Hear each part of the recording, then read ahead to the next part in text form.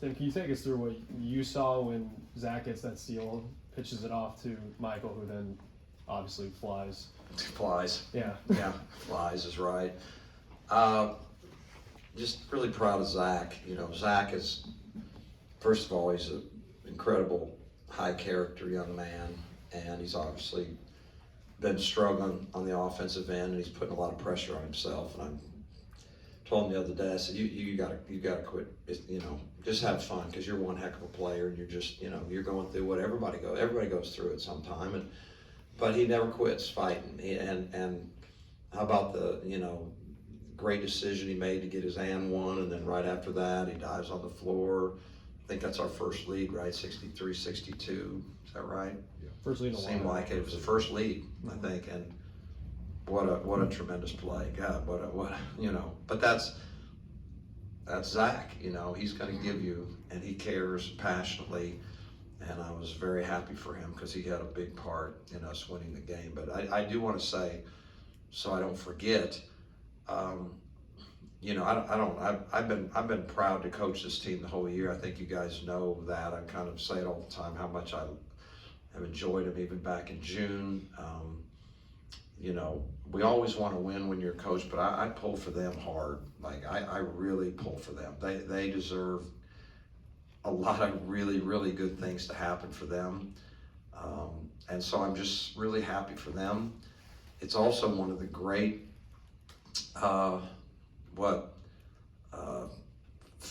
fighting wins that I've been a part of, you know, like where it was all on will. I mean, that game was willed. That we did, you know, we played the first half. I think we were tentative, you know. There's a lot of pressure on these guys right now. Come on, let's you know, everything's game 7 for us, it feels like. And I think we played a little bit, you know, not to lose, and maybe wishing and hoping a little bit in the first half.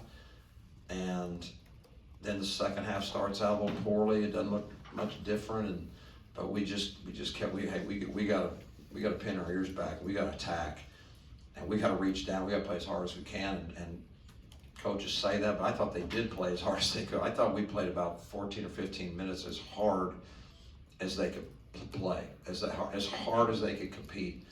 And to me, that's a beautiful thing. That's the most beautiful thing, is how deep can a guy and a team reach to get what it is they want, or do they give in? And they would not. And it was, to me, it was the Arizona games a few years ago was another one of those for the ages for me. I've never seen a team play so hard as we did in that game. And in this one, I don't think you could play harder for 14 minutes, you know, and they just were not going to let it happen.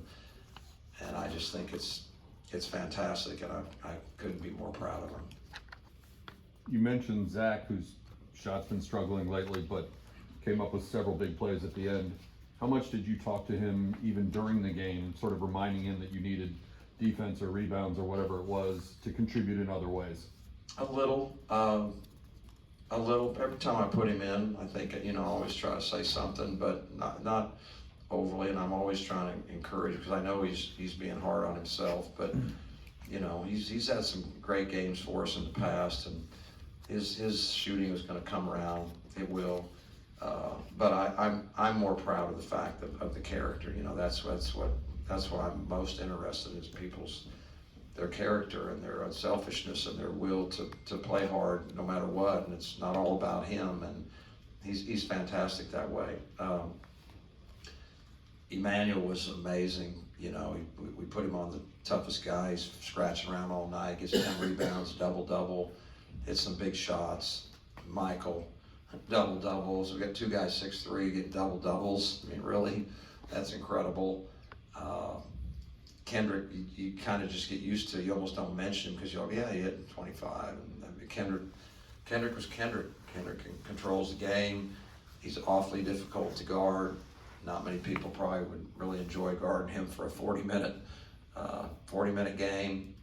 And he just, you know, he controls things. He puts people in tough spots. Mark is fantastic.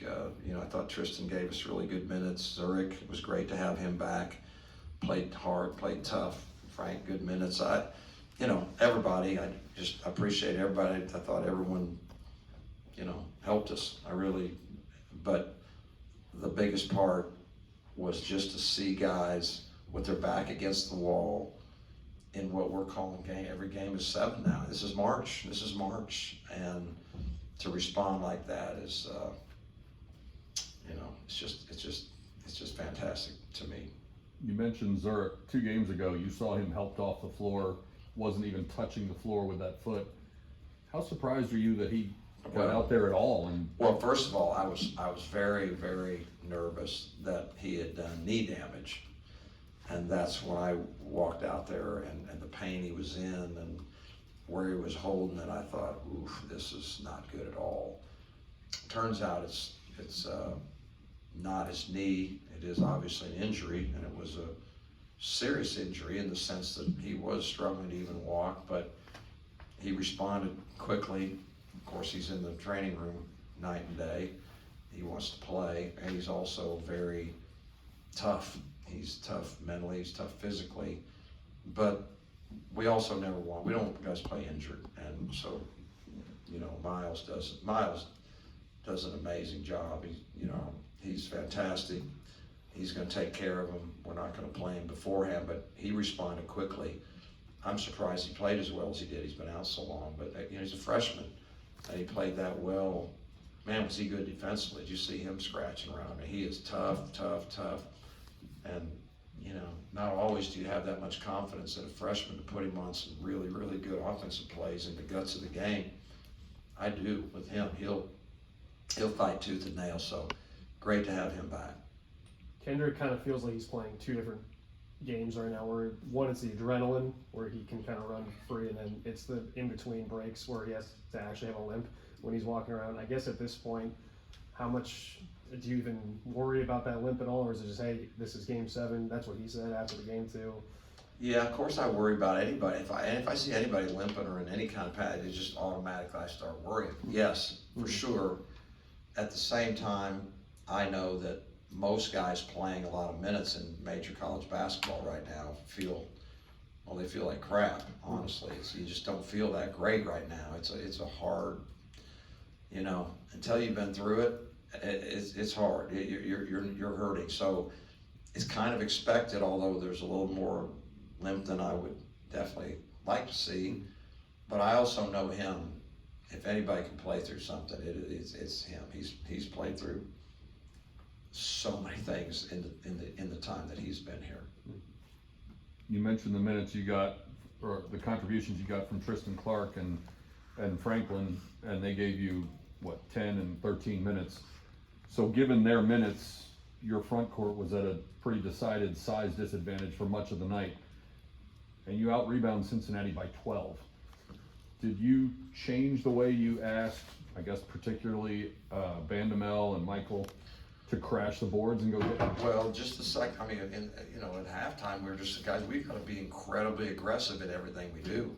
Rebounding, attacking on offense, we got to scratch around and play. We can't play good defense, we got to play great defense. So that was the challenge at halftime. We got to change the whole mindset. I mean, the house is on fire. We gotta like, come on. And it didn't feel like the house was on fire in the first half. We felt tentative. We played good defense, but it wasn't crazy good. It was position good, but it wasn't, hey, you're not even gonna get a good shot type good. And that's what we needed, and that's what we got. I'm sure you guys don't put too much focus on it, but does it feel good to maybe get that Cincinnati monkey? You'll think I'm making this up, but I honestly, we don't think that way. Like, we haven't, this team, we beat them 6-0. We never even look at that. And honestly, it was pointed out to me, I will not say who, that it had been a while since we'd beaten them. I honestly didn't even know that. Given the fact that it was pointed out to me, and that was really enjoyable to hear. I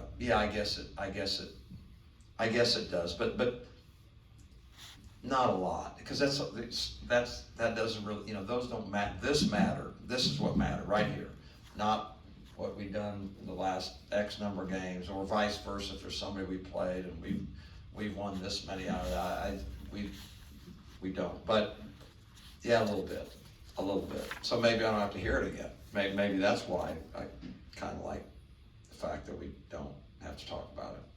You keep looking at him like it was him, and it wasn't him. I'm not blaming him. It's not his fault. He knows it, but you keep looking at him like it is. I don't want him to feel terrible when he leaves here. I did not point that out, and I appreciate that. Obviously, this whole season you vocalize how much you like this group in particular, and obviously the goal also from the beginning has been to get to an NCAA tournament. I guess at this point, though, with nights like this, have your feelings on this team just already been kind of cemented about Yeah. what you think about them? Oh, yeah, no, 100%, regardless. That's why I was saying before, I'm pulling for them, harder than you can believe. They deserve to go to the NCAA tournament, 100%, in my heart. They deserve to go. Will we be selected if we don't win the tournament? I don't know. I know how it works. I know that, I know how this thing works. I'll just say that. And I can tell you it's incredibly difficult to, like, everything has to be just right if you don't happen to be in a Power 5 conference, because you could get 9th and get in, and you can be, 7-11 in your league, or 6-12, and you get in. But in our leagues, I don't think leagues like ours get the respect. Everybody's always whining about it. I do have perspective. I've coached in the SEC, the Big 10, the Big 12, the Mountain West, American, you name it. I've coached Missouri Valley. I've coached in a lot of leagues. I have great perspective on the quality of teams in different leagues, and I have great experience with the selections, and I can tell you it is a tough deal, and that's why I'm pulling so hard for these guys. They deserve it, and I'm highly motivated to work as hard as I possibly can to do everything I can so that I don't have 1 minute of regret that I let them down by not trying my best to do anything we can to try to figure out how to win the next game and the next game and so on. You have a chance Sunday to finish the regular season undefeated at home, and it's senior day. So given your fondness for this team, who's going to be more emotional, you or your players? I hope me, because if they're going to be like me, then that's going to be a little scary. Senior day is always rough on me. It's just, I'm sentimental, got it from my mom, and I just can't help it. And it's rough when you're looking at them and you're like, guys that you just love, you just love them. And so many times as they get older, which is not to say you don't love the freshmen or whatever, but when guys just, usually the older they get, the more they just get it, and they're so mature, and they're men, and so it's hard. But we talked about it after the game, and I kind of warned them. I said, we can't let you down. So the guys that aren't seniors, we can't let these guys down. We got to do every single thing we can to get them off on a good note, and yet we play one heck of an opponent that we have tremendous respect for. There'd be a number of other teams I'd rather select to be senior night. And I also told them, from experience, as a player, it is emotional. Some people react differently, and I know I reacted very poorly when I was their age. So I hope they're not like me at all. That's what I hope. With that, how impressive then, and how nice is it for Michael and Marcus to step up the way they did tonight? I just did quick math, so I think 23 of your 48 second half points were scored by those two. Wow. Just kind of maybe see that we are leaders, we are seniors. We can't let this one get away. No, are they warriors or what? But they weren't our only warriors. But I'm just saying, we're talking about. We've got some warriors. We've got some guys. You can count on them to compete. It's not always going to go right. It's not always going to be perfect, but the effort's going to be there. And yeah, they rose up again, and we've seen it time after time, as did a number of other guys. Any more younger brothers in the pipeline? God, isn't that the truth? I wish. We're gonna have to scour the Kansas City records, I know that. We better do that for sure. But it's gonna be hard to, Isaiah was here tonight. Isaiah hasn't been coming around and because of his injury, and now he's a little more mobile. That's gonna be hard. Isaiah, season ending, how long ago? A long time ago. And I know I was watching our Cincinnati game that we played, I think, January 6th, if I remember. And watching film, of course, you watch the last game, and there he is, and it's like, wow. All of a sudden, one night, little did he know. And so that'll be hard, but all the guys, it's always hard to say goodbye to guys you really care about. Anything else? All right, thank you. Thanks.